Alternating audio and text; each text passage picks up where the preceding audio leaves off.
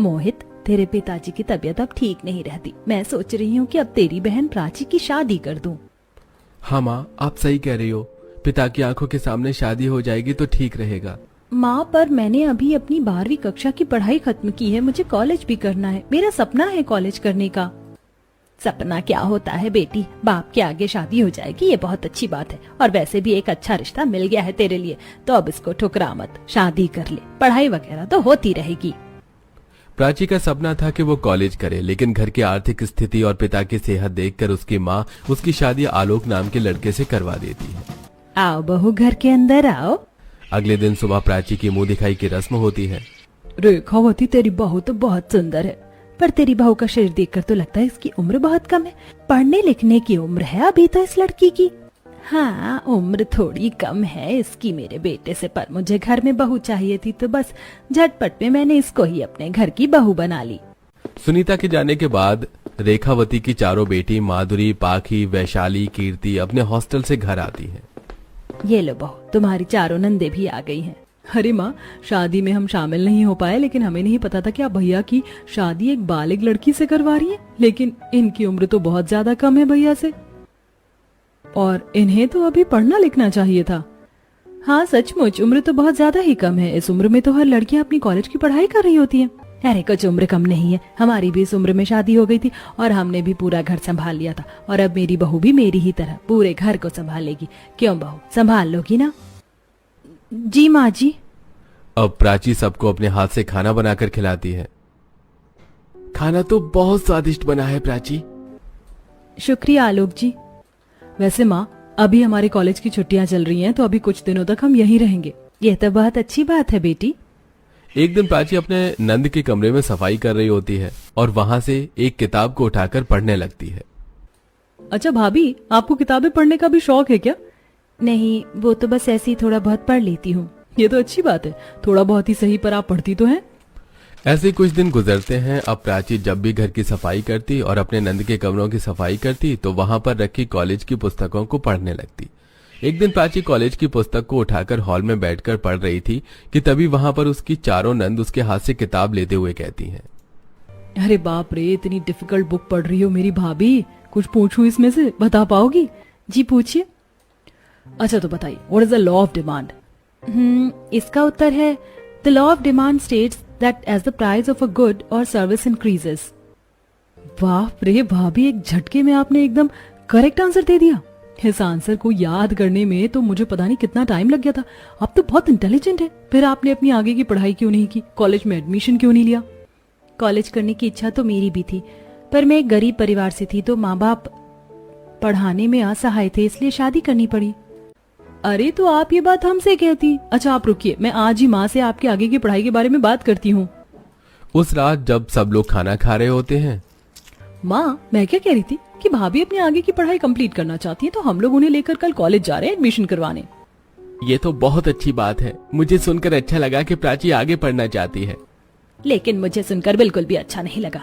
तुम चारों बहनें पहले ही हॉस्टल में अपनी कॉलेज की पढ़ाई कर रही हो, और तुम्हारे साथ अगर मेरी बहू भी हॉस्टल में कॉलेज की पढ़ाई करने चली जाएगी तो घर के कामकाज कौन संभालेगा? मैंने अपने बेटे की शादी इसलिए नहीं करवाई कि घर मुझे संभालना पड़े। रहने दीजिए, माँ सही कह रही हैं, मैं घर ही संभाल लूंगी। रुकिए भाभी, माँ ये क्या बात हुई? घर के कामकाज के चक्कर में आप भाभी को आगे पढ़ने नहीं देंगी। ठीक है, हमारे हॉस्टल से आपको प्रॉब्लम है, तो आज से हम लोग भी अपने कॉलेज की पढ़ाई यहीं दिल्ली में रहकर करेंगे। हाँ माँ, और घर के कामकाज भी हम मिल बांट के कर लेंगे। कुछ काम हम कॉलेज जाने से पहले और कुछ काम हम कॉलेज से आने के बाद कर लेंगे। इससे आपको ज्यादा दिक्कत नहीं होगी। ठीक है, अगर ऐसा है तो फिर करवा दो बहू का कॉलेज में एडमिशन। अब दिल्ली यूनिवर्सिटी में प्राची की चारों नंद अपनी गरीब भाभी का ऑनलाइन एडमिशन करवाती हैं। अगले दिन सुबह प्राची कॉलेज के लिए रेडी होती है। भाभी, आज आपके कॉलेज का पहला दिन है, खुश तो हो ना? जी नंद जी, मैं बहुत खुश हूँ। पांचों नंद अपनी गरीब भाभी को लेकर घर से कॉलेज के लिए निकलती हैं। अरे बाप रे बाप, अब घर की बहुएं भी कॉलेज जाएंगी क्या? बेटियां हॉस्टल में पढ़ रही थी, ये कम था। आपको क्या दिक्कत है आंटी? आप अपने घर में देखिए ना, आपकी बहू बेटी क्या कर रही है। चलो भाभी, आज आपके कॉलेज का पहला दिन है, आप फालतू लोगों की बातें मत सुनो। कॉलेज में आकर प्राची अपना आइडेंटिटी कार्ड सिक्योरिटी गार्ड के हाथ में देती है। उम्र तो बहुत ज्यादा ही कम है तुम्हारी और शादी भी हो गई, लेकिन अगर पढ़ना लिखना ही था तो पहले अपनी कॉलेज की पढ़ाई खत्म करती ना, शादी क्यों की? एक्सक्यूज मी, आज इनका कॉलेज में पहला दिन है और मैं नहीं चाहती कि आप अपने एम्बेरस बोर्ड के साथ उन्हें ऑकवर्ड फील कराएं, और वैसे भी पढ़ने लिखने की कोई उम्र नहीं होती। चलिए भाभी, कॉलेज के अंदर चलिए। अब प्राची को लेकर उसकी चारों नंद क्लास के अंदर आती हैं, जहां क्लास टीचर अटेंडेंस ले रही होती है। Shrimati Prachi present ma'am. आप हो श्रीमती प्राची? मुझे तो लगा कि कोई एजेड लड़की होगी, लेकिन तुम्हारी उम्र तो बहुत कम है, इतनी जल्दी शादी क्यों कर ली? वो मैं सॉरी मैम, आपकी क्वेश्चन का आंसर कर रही हूँ, बट ये उनका पर्सनल मैटर है तो आप इस पर क्वेश्चन मत कीजिए। वो नर्वस हो रही हैं और आज उनका पहला दिन है कॉलेज में। Okay sorry.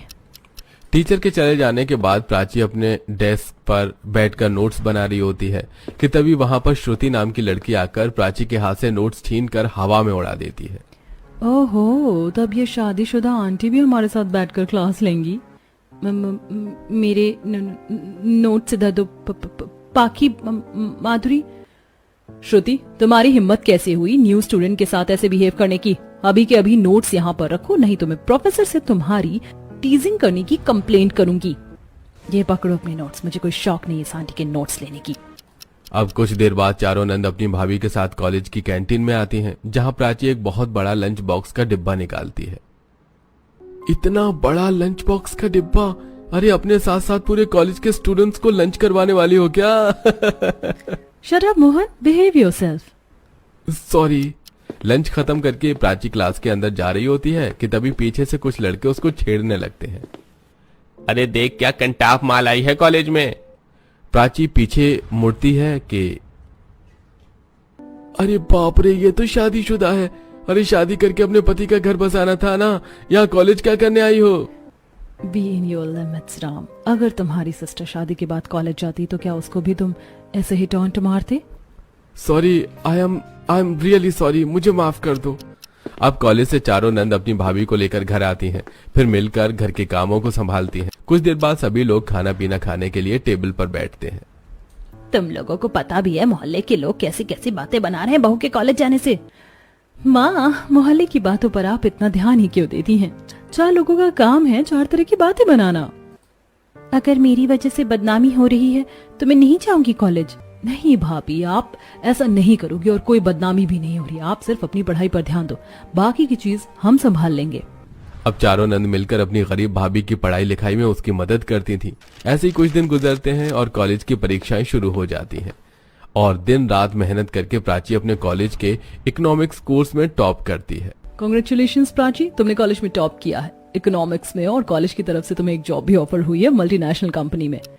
कांग्रेचुलेशंस भाभी, चलो ये खुशखबरी घर में सबको देते हैं। माँ किधर हो आप? एक बहुत बड़ी खुशखबरी है। कैसी खुशखबरी बताओ? भाभी ने पूरे कॉलेज में टॉप किया है माँ, और एक मल्टीनेशनल कंपनी ने भाभी को हायर भी किया है। क्या बात है, कांग्रेचुलेशंस प्राची। क्या सच में इसने टॉप किया है कॉलेज में और इसकी मल्टीनेशनल कंपनी में जॉब लग गई? मुझे तो विश्वास ही नहीं हो रहा।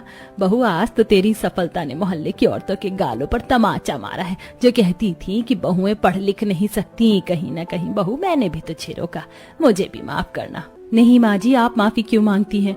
जो भी था, लेकिन मेरा सपना आप लोगों और मेरी चारों नंद के सहयोग की वजह से ही पूरा हो पाया है।